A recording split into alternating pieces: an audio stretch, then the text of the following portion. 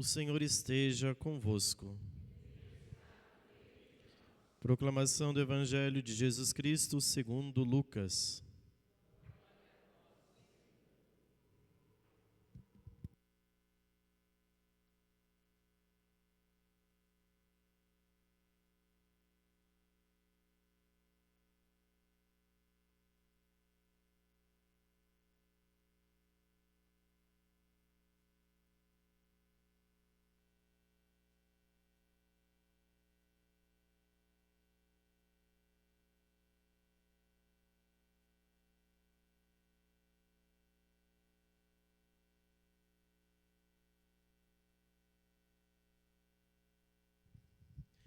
Naquele tempo, alguém do meio da multidão disse a Jesus: Mestre, dize ao meu irmão que reparta a herança comigo.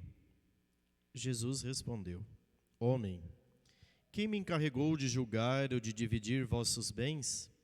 E disse-lhes: Atenção, tomai cuidado contra todo tipo de ganância, porque mesmo que alguém tenha muitas coisas, a vida de um homem não consiste na abundância de bens. E contou-lhes uma parábola. A terra de um homem rico deu uma grande colheita. Ele pensava consigo mesmo: o que vou fazer? Não tenho onde guardar minha colheita. Então resolveu: já sei o que fazer. Vou derrubar meus celeiros e construir maiores. Neles vou guardar todo o meu trigo, junto com os meus bens. Então poderei dizer a mim mesmo: meu caro, tu tens uma boa reserva para muitos anos. Descansa, come, bebe, aproveita. Mas Deus lhe disse: louco, ainda nesta noite pedirão de volta a tua vida. E para quem ficará o que tu acumulaste? Assim acontece com quem ajunta tesouros para si mesmo, mas não é rico diante de Deus. Palavra da salvação.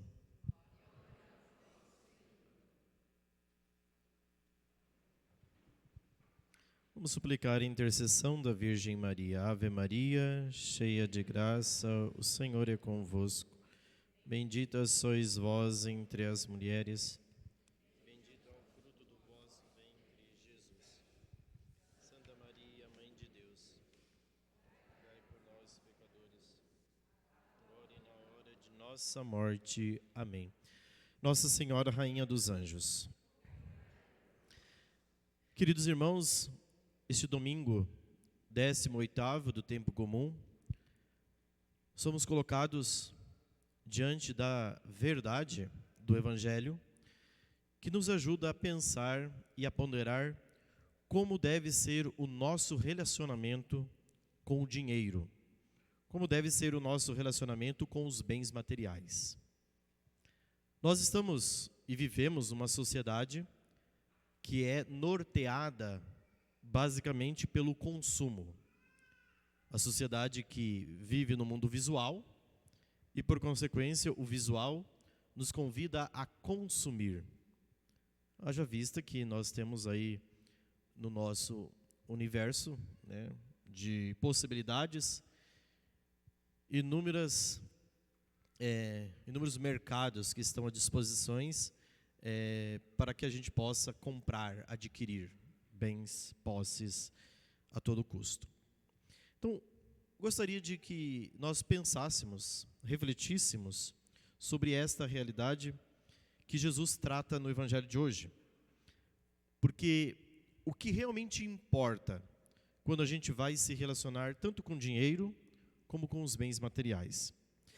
Antes, quero fazer uma consideração inicial para que a gente possa olhar para a nossa vida e perceber se nós não estamos neste quadro doentio. O primeiro quadro que eu coloco é que tem muita gente que passa a vida inteira ajuntando dinheiro para poder desfrutar no fim da vida. Pensa consigo: olha, vou guardar bastante dinheiro para que eu possa desfrutar a minha aposentadoria, Problema que, quando ela aposenta, ela já não tem mais saúde para desfrutar daquilo que ela pensava que iria desfrutar. Então, guardou, e chegou o momento exato de desfrutar e já não tinha saúde para desfrutar. Um segundo quadro, tem gente que a vida inteira acumula para ter cada vez mais. É um apego, uma ganância pelo acúmulo dos bens materiais. Passa a vida inteira acumulando e no momento de desfrutar, que ela pensa que irá desfrutar, ela acaba morrendo e tendo que deixar a herança, a fim de que os filhos desfrutem daquele bem que ela tanto acumulou. É aquilo que a primeira leitura diz: vaidade das vaidades, tudo é vaidade.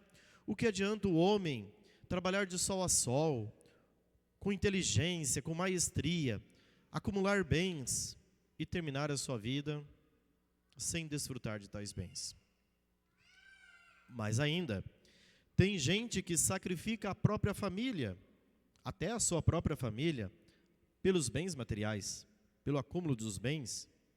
Tem gente que protela casamento, porque ainda não tem dinheiro. Eu quero fazer uma festa frondosa, onde a gente possa desfrutar.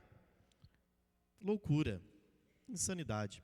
Porque no fundo, gente, você faz uma festa de casamento para 500 pessoas, as pessoas ainda saem falando mal da festa, enche a barriga, né, para não falar outra coisa, na festa, e saem falando mal da festa, e você gastou tudo aquilo que poderia ter investido em uma coisa muito mais útil.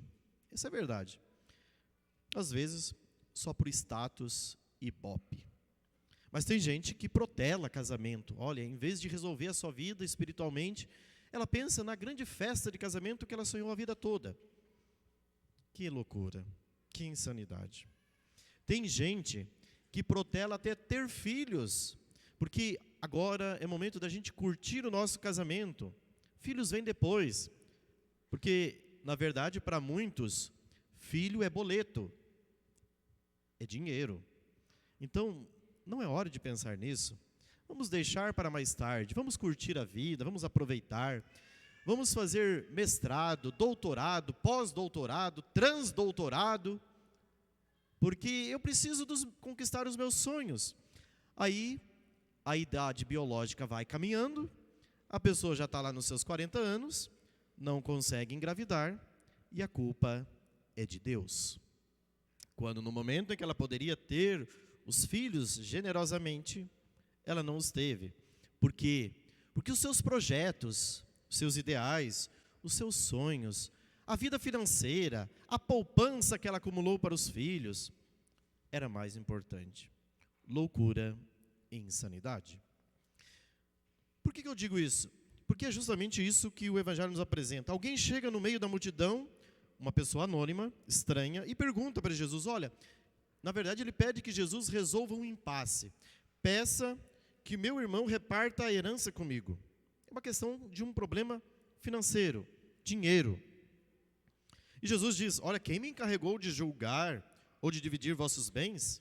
Tomai cuidado contra todo tipo de ganância, porque mesmo que alguém tenha muitas coisas, a vida de um homem não consiste na abundância dos bens. A nossa vida é tremendamente passageira. Mas aí, imersos a esse mundo extremamente materialista, consumista, nós nos perguntamos qual é o segredo, qual é a cura para esta realidade da ganância, que toma o coração das pessoas, que às vezes deixa as pessoas cegas. Já vi famílias se dividirem tremendamente. Estava tudo muito bem, papai, mamãe e os filhinhos. Eis que faltou alguém, a figura do pai ou a figura da mãe. Os filhos tiveram que se sentar para resolver uma coisa chamada inventário. Então, a guerra se instalou.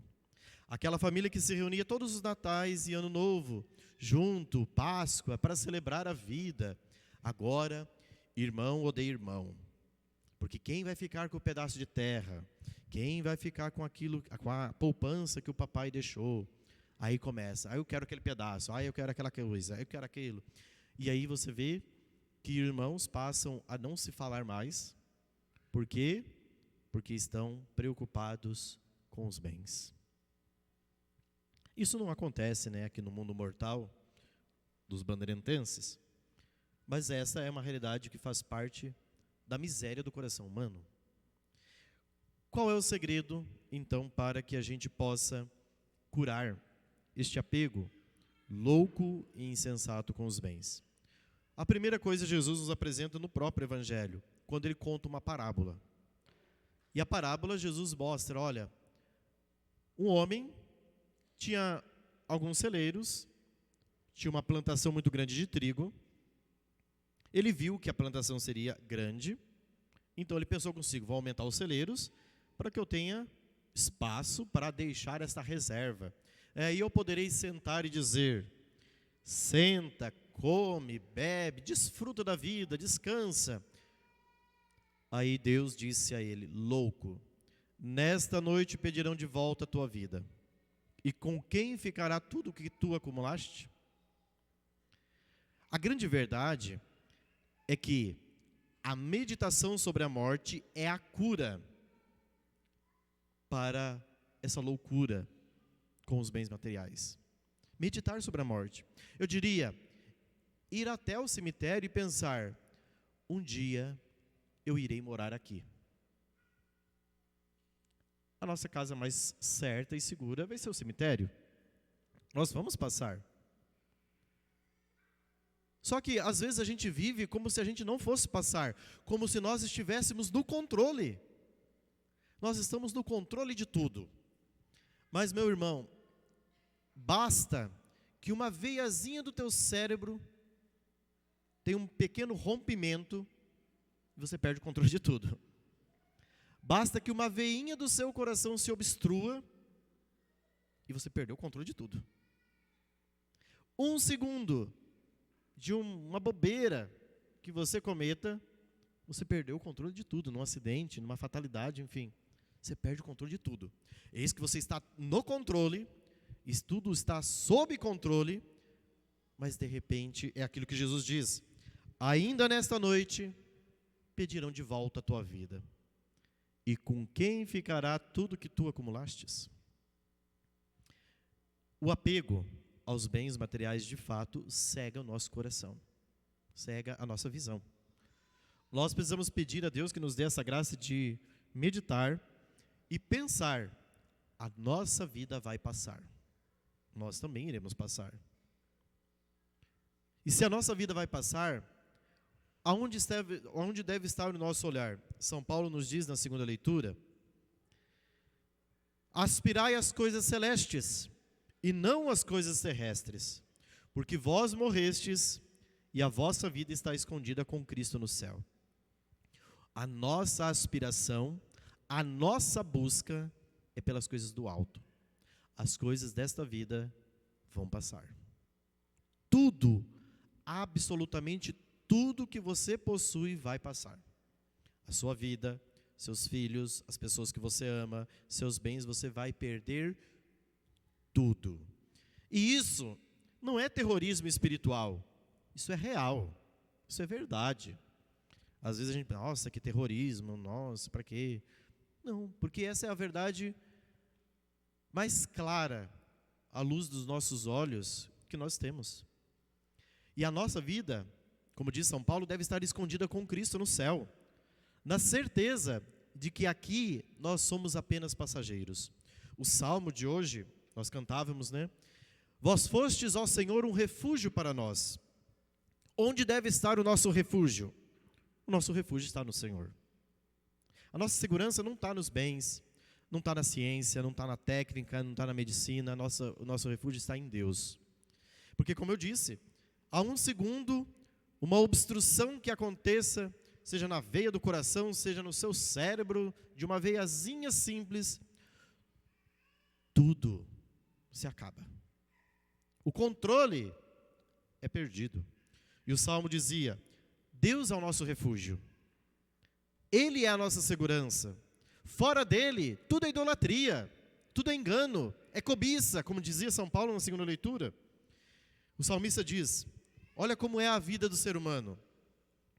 Eles passam como o sono da manhã. São iguais à erva verde pelos campos. De manhã, ela floresce vicejante, mas à tarde é cortada e logo seca. É assim a nossa vida. De manhã a gente está com força, vitalidade. Mas no entardecer da nossa vida, tudo é cortado, tudo se acaba. De que adianta o homem ganhar o mundo inteiro se perde a própria vida? Portanto, meus irmãos, voltemos o nosso olhar para aquele que é o tesouro das nossas vidas, nosso Senhor Jesus Cristo. Fixemos nele os nossos olhos. As coisas deste mundo nós podemos as usar e devemos usá-las de maneira legítima, mas usando como se não possuíssem e como se fôssemos perder tudo. O nosso refúgio, a nossa segurança está unicamente em Deus.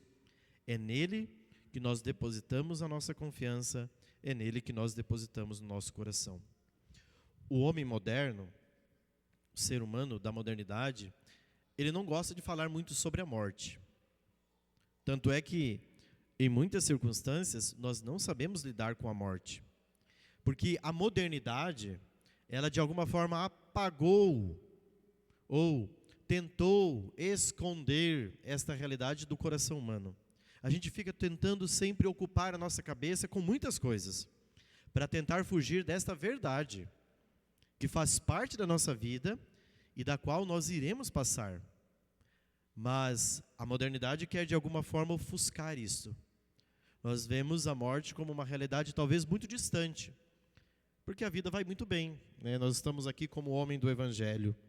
Descansa, desfruta, vamos viver a vida, porque a vida é curta demais, ela é passageira, então vamos aproveitar. Mas nesta onda insensata, imprudente, muitas pessoas colocam em risco a sua salvação eterna, brincando e negligenciando aqueles maiores bens que Deus quer nos conceder na eternidade. Portanto, meus irmãos, nesta celebração eucarística, peçamos a Deus que nos dê a graça de uma consciência vital acerca dessa vida. Esta vida é um dom de Deus, mas é um dom que vai passar. Que nós possamos vivê-la, não com os olhos fixos nesta vida, mas com os olhos fixos na eternidade. Porque, como recordava a primeira leitura de hoje, de fato, resta ao homem, nesta vida, somente preocupações. Preocupações que desgastam debaixo do sol. Sua vida é sofrimento, ocupação, tormento. Nem de noite nosso coração se aquieta, não é verdade? Quantas pessoas perdem o sono à noite porque estão preocupados, agitados, inquietos? Quantas pessoas perdem noites e noites atormentados, às vezes com aquilo que eu dizia, com raiva, guardando ressentimento no coração, porque uma coisa não foi solucionada, porque aquele meu irmão não aceitou dar o pedacinho de terra lá que o papai queria dar para mim, e eu não fiquei, com aquele pedacinho. Tem pessoas que ficam assim, perdem noites de sono, enraivecidas, ressentidas, e a vida está passando. E a pessoa está atolada no apego, nas preocupações dos bens. Que grande desgraça, diz a primeira leitura, viver uma vida assim. Por quê? Porque a pessoa está imersa na vaidade, na cobiça dos bens, na posse, nas ocupações dessa vida.